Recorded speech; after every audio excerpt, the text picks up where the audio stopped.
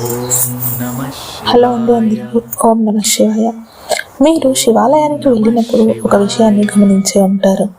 చాలామంది ముందుగా నంది దగ్గరకు వెళ్ళి నంది చెవిలో తమ కోరికను మెల్లగా చెప్తుంటారు. కానీ ఎందుకు అలా చెప్తారు?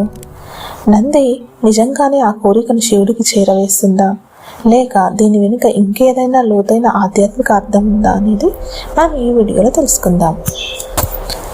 దీని గురించి పురాణాలు మరియు శైవ సాంప్రదాయంలో చెప్పే భావనలు ఏ విధంగా ఉన్నాయో చూద్దాము. నంది కేవలం శివుడి యొక్క వాహనం మాత్రమే కాదు. శైవ సాంప్రదాయం ప్రకారము నంది శివునికి పరమ భక్తుడు, శివుడి యొక్క ప్రధాన గణాధిపతి, అలాగే కైలాస ద్వారపాలకుడిగా వర్ణించబడతాడు. అందుకే ప్రతి శివాలయంలో గర్భగుడికి ఎదురుగా నంది విగ్రహం ఉంటుంది. ఇది శివుని వైపు నిరంతరం దృష్టి పెట్టి భక్తికి ప్రతీకగా భావిస్తారు.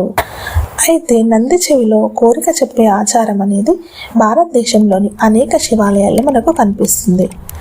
అయితే దీనిని ప్రతి పురాణంలో ఆజ్ఞగా అని చెప్పలేదు.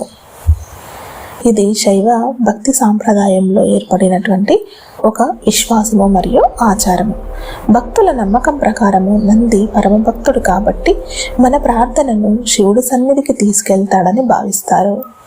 మరొక ఆధ్యాత్మిక భావన ఏమిటంటే, కోరికను నెమ్మదిగా చెప్పడం ద్వారా మన మనసు ఏకాగ్రంగా మారుతుంది. అప్పుడు ప్రార్థన మరింత హృదయపూర్వకంగా ఉంటుంది.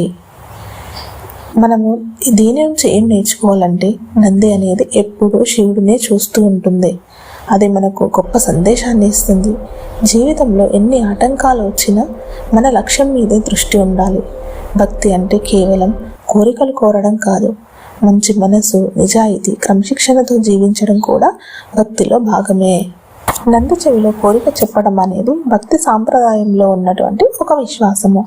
అంతకంటే ముఖ్యమైనది, నంది లాంటి అచంచలమైన భక్తి ఏకాగ్రతను మన జీవితంలో అలవర్చుకోవాలి. ఈ వీడియో మీకు నచ్చినట్లయితే లైక్ చేయండి. ఇలాంటి శివతత్వము మరియు పురాణాలు, ఆలయాల వెనుక ఉన్నటువంటి ఆధ్యాత్మిక భావాలను తెలుసుకోవాలంటే నా ఛానల్ని సబ్స్క్రైబ్ చేయండి. ఓం నమ శివాయ అని కామెంట్ చేయండి.